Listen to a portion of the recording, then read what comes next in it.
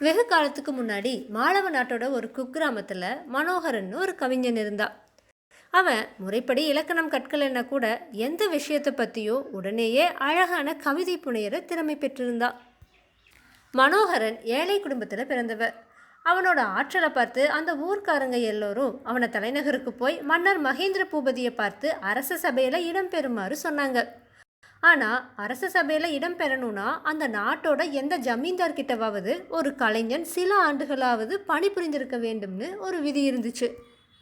இந்த விதிக்கு புறம்பா மனோகரன் எப்படி செயல்பட முடியும்?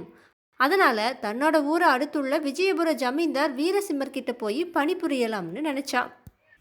தன்னோட இந்த எண்ணத்தை தன் தந்தை கிட்டவும் அவன் சொன்னான். அவனோட தந்தையும் அரச சபையில் இடம் பெறுவதுங்கிறது அவ்வளவு எளிதல்ல, அதுக்கு அதிர்ஷ்டமும் வேணும். அங்கே விருப்பு வெறுப்புன்னு ரெண்டு சக்திகள் சாதாரணமாக விளையாடும். அதனால் நீ எச்சரிக்கையோடு இருக்கணும். ஆனால் நீ முதல்ல ஜமீன்தார்கிட்ட பணிபுரிந்தாகணும். நீ அவரை பார்க்க ஒரு நல்ல நாளை நான் குறித்து கொடுக்குற அப்படின்னு சொல்லி நல்ல நாளையும் குறித்து கொடுத்தாரு. அவனும் அந்த நாளில் தன்னுடைய தந்தையோட அனுமதியை பெற்று கிளம்பி போனான். மனோகரன் வீரசிம்மருடைய மாளிகையை அடைஞ்சப்ப அங்கே ஒரே குழப்பமாக இருந்துச்சு. ஒரு மாதத்துக்கு முன்பாக விவாகமான அவருடைய மகள் விதவையாகி விட்டாளாம். அவளுடைய கணவனும் அன்னைக்கு காலையில் பூந்தோட்டத்துக்கு போனப்ப அவளுடைய கணவனை ஒரு விஷப்பாம்பு தீண்டி விட்டதால் அவன் இறந்துட்டானான். தான் புறப்பட்ட நேரம் சரியானதா இல்லைன்னும் இனி ஜமீன்தாரை பார்க்கறதுனால எந்தவித பயனும் இல்லைன்னு நினச்சிட்டு மனோகரன் உடனேயே அங்கிருந்து தன்னோட ஊருக்கு திரும்பி போயிட்டான்.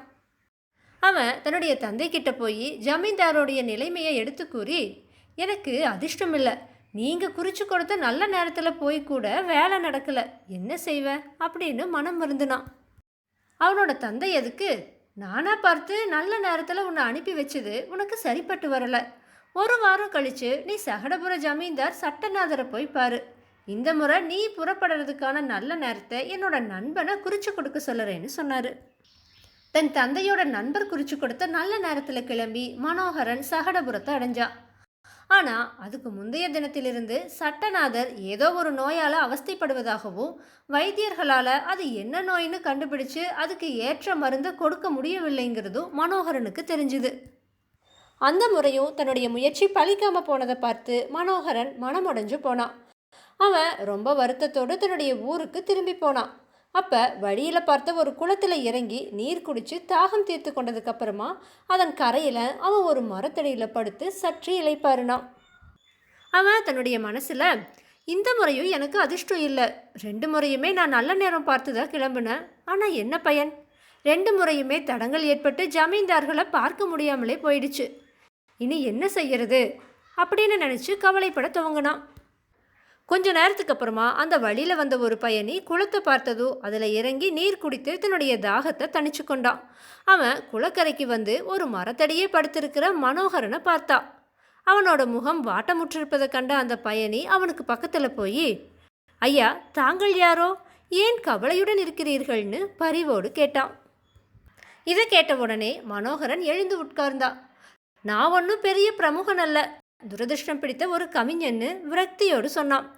பயணி அதுக்கு, கவிஞரா, துரதிருஷ்டம் பிடிச்சவரா, எங்க உங்களுடைய கையை காட்டுங்க, ரேகை பார்த்து சொல்லுறேன்னு சொன்னான். மனோகரனோ தன்னுடைய வலது கையை நீட்டினான். பயணி அதை பார்த்துட்டு, இன்னும் 3 மாதத்துக்கு நீங்கள் உங்களோட வீட்டை விட்டு நகர வேண்டாம், அதுக்கப்புறமா வர மாசி மகத்தன்னைக்கு உங்கள் ஊருடைய கிழக்கு திசையில் போய் முதல்ல வரும் ஜமீனை அடைஞ்சு அந்த ஜமீன்தார்கிட்ட பணிபுரியுங்க, அதுக்கப்புறமா உங்களுக்கு எல்லாம் நல்லபடியாகவே நடக்கும்னு சொல்லிட்டு போனான். மனோகரன் எழுந்து அந்த ஜோதிடன் சொன்னதை நினச்சிட்டே தன்னுடைய ஊருக்கு போய் சேர்ந்தா. அந்த ஊருக்கு கிழக்கில் உள்ள முதல் ஜமீன்தார் சிங்கராயர். அவர் வக்கிர புத்தி கொண்டவர். அவரை பற்றி பல வேடிக்கை கதைகள் மக்களிடையே பரவி இருந்துச்சு. கவிஞர்களுடைய கவிதைகளை கேட்டு வெத்தலை பாக்கில் 1 பைசா மட்டும் வச்சு பல கவிஞர்களுக்கு கொடுத்து அனுப்பியவராம். இப்படிப்பட்டவரிடமா போய் பணிபுரிவதுன்னு மனோகரன் யோசனையில் ஆழ்ந்தான். 3 மாதங்கள் ஆனதுக்கப்புறமா அவன் மாசி மகத்தன்னைக்கு சிங்கராயரை பார்க்க அவருடைய மாளிகைக்கு போனான். அப்போ அவருடைய திவான் மனோகரன் கிட்ட, இன்னைக்கு ஜமீன்தார் தந்தையோட திவச நாள், அதனால் மாலை வரைக்கும் அவரை பார்க்க முடியாதுன்னு சொன்னார். இதை கேட்ட மனோகரன் திவான் கிட்ட, சரி, மாலையாகிற வரைக்கும் இங்கேயே காத்திருக்க, அதுக்கப்புறமா அவரை பார்க்கிற, அதுக்கான ஏற்பாட்டை செஞ்சு கொடுங்க, நான் ஒரு கவிஞன்னு வேண்டுனான். திவானும் மனோகரனை ஒரு முறை பார்த்துட்டு, ஏனோ உனக்கு உதவ என்னுடைய மனசு விரும்புது, நீ இன்னைக்கு மாலையில் ஜமீன்தாரை பார்க்க ஏற்பாடு செய்யறேன்னு சொன்னார். அவன் தங்கி உணவு உண்ணவும் அவர் ஏற்பாடு செஞ்சார். அப்போது கூட மனோகரன் தனக்கு அதிர்ஷ்டம் கை கொடுக்கவில்லைன்னு தான் நினச்சிட்டு இருந்தான். ஆனால் திவான் கூறிய உறுதியோ, முன்பு குளக்கரையில் ஜோதிடம் சொன்ன பையனையுடைய வார்த்தைகளும் அவனுடைய மனசில் நம்பிக்கையை ஏற்படுத்துச்சு. பொறுத்திருந்தான் மனோகரன். மாலை நேரம் ஆச்சு. மனோகரனுக்கு ஜமீன்தாரை பார்க்க அது வரைக்கும் அனுமதி கிடைக்கல. இருட்டியும் போச்சு. அப்போ திவான் வந்து, ஐயா, உங்களை பற்றி ஜமீன்தார்கிட்ட சொன்னேன். அவருடைய தந்தைக்கு கவிதைகள்னால் ரொம்ப பிடிக்குமா. அவருடைய திவச நாளில் நீங்கள் வந்ததால் உங்களை ஜமீன்தார் ஆஸ்தான கவிஞராக நியமிக்க சொல்லியிருக்காரு. அது மட்டும் இல்லாமல் உங்களுக்கு 1000 வராகன்களும் பட்டாடைகளும் ஒரு குதிரை வண்டியும் கொடுக்க சொல்லியிருக்காரு. தினமும் மாலை நேரத்தில் வந்து நீங்கள் உங்களோட கவிதைகளை அவருக்கு சொல்லணும். இதோ 1000 வராகன்களும் பட்டாடைகளும் குதிரை வண்டியும் வெளியே தயாராக இருக்குன்னு சொன்னார். அதை கேட்டுட்டு மனோகரன் மலைச்சு போனான். அவன் அதையெல்லாம் ஏற்றுக்கிட்டு திவானுக்கும் ஜமீன்தாருக்கும் நன்றி சொல்லிட்டு வண்டியில் ஏறி தன்னோட ஊரை அடைஞ்சான். ஆமாம், அவனை அதிர்ஷ்டம் கைவிட்டு விடலை. முடிவில் அவனோட முயற்சி பளிச்சிருச்சு. ஜமீன்தார்கிட்ட வேலை செய்ய வாய்ப்பும் கிடைச்சிருச்சு. அதுக்கப்புறமா ஓராண்டு காலம் மனோகரன் அந்த ஜமீன்தார்கிட்ட ஆஸ்தான கவிஞனாக பணிபுரிந்தான். பெயர் தான் கவி. கவிஞர்களிடையே கவிதை கூற வாய்ப்பில்லை. ஆனால் ஜமீன்தார்கிட்ட இருந்து பணம் மட்டும் ஒழுங்காக கிடச்சி வந்துச்சு. ஒரு நாள் வண்டியை ஓட்டுறவன் என்ன காரணத்தாலோ வராததால் மனோகரன் நடந்தே போனான். வழியில் ஒரு குளத்தை பார்த்து அதனுடைய நீரை பருகி தாகம் தணித்துட்டு அங்கேயே கொஞ்ச நேரம் இளைப்பாருனான். அப்போ அங்கே ஒரு பயணி மரத்தடியில் அமர்ந்திருப்பதை பார்த்தான். பக்கத்திலேயே ஒரு உயர் ரக குதிரை மரத்தில் கட்டப்பட்டிருந்துச்சு. அவன் மனோகரனை பார்த்து புன்னகை புரியவே அவனும் அந்த பயணிக்கு பக்கத்தில் போனான். அந்த பயணியும், ஐயா, நீங்கள் யாரோன்னு புன்னகை புரிந்தவாறு கேட்டான். முன்பு கைரேகை பார்த்து சொன்ன பயணியுடைய நினைவு மனோகரனுக்கு வந்துச்சு. அவன் உடனே, நான் அதிர்ஷ்டசாலி துரதிர்ஷ்டசாலி அல்லன்னு சொன்னான். பயணி அதுக்கு வேடிக்கையான பதிலாக இருக்குதுன்னு சொன்னார். மனோகரன் அதுக்கு, மன்னிக்கணும், ஏதோ நினைவில் என்னவோ சொல்லிட்டேன். உங்களுடைய கேள்விக்கு விடையா ஒரு கவிதை சொல்லுறேன்னு சொல்லி பொருள் புதைந்த கவிதை ஒன்றை உடனே புனைந்து சொன்னான். அந்த கவிதையோட கருத்து என்னன்னா, பௌர்ணமி நிலவில் ஒரு பூந்தோட்டத்து மலர்கள் நறுமணத்தை பரப்புது. அந்த நறுமணத்தால் கவரப்பட்ட வண்டுகள் மலர்களுடைய தேனை திருப்தியாக பருகுது. அப்போ பேரழகி ஒருத்தி வாடிய முகத்தோடு அந்த மலர்களுக்கு இடையில் அமர்ந்திருக்கா. இதை கவனித்த அந்த மலர்கள், என்னம்மா, ஒரு நாள் காலையில் மலர்ந்து அன்று மாலையிலே வாடிவிடும் நாங்களே மகிழ்ச்சியாக இருக்கையில் வாடாத செந்தாமரை போன்ற உன்முகம் ஏன் வாட்டமுற்றுள்ளதுன்னு கேட்டுச்சு. அந்த பெண் அதுக்கு, நானும் மலர்தான், ஆனால் என்னை சுற்றியுள்ளவை வண்டுகள் அல்ல, காற்றில் நான் அசைந்தாடும்போது குத்தும் முட்கள்னு சொன்னான்.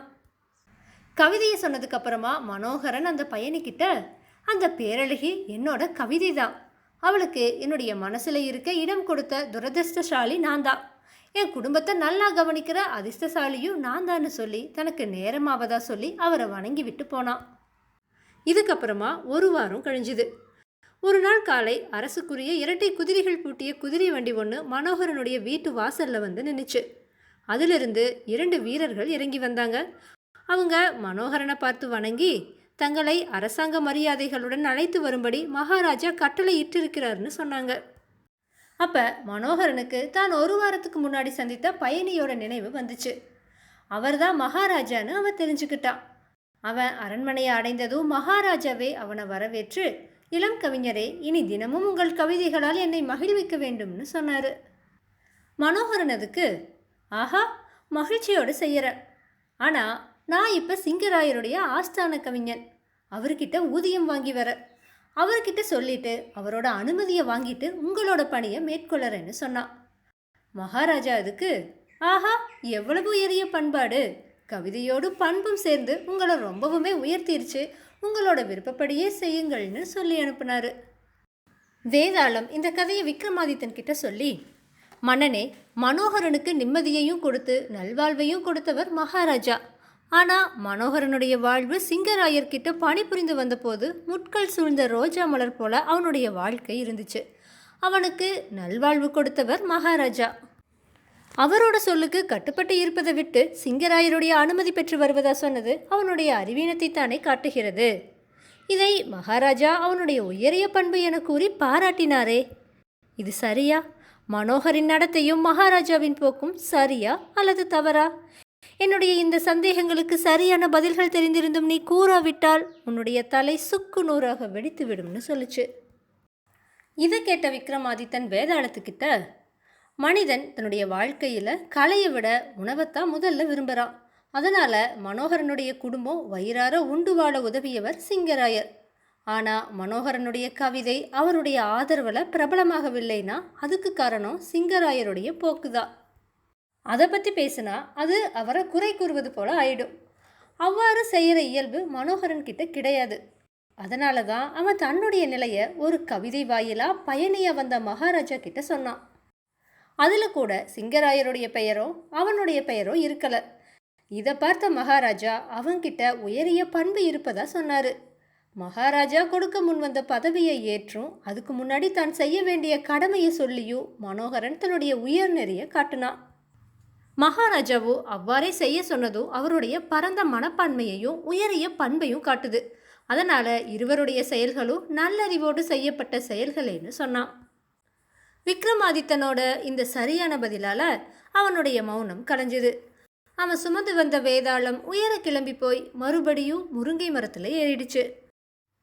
தன்னோட முயற்சியில் சற்றும் மனம் தளராத விக்ரமாதித்தன் மறுபடியும் முருங்கை மரத்தில் ஏறி அதில் தொங்கிட்டு இருந்த வேதாளத்தை பிடிச்சு கீழே இறக்கி மீண்டும் நடக்க துவங்கினான்.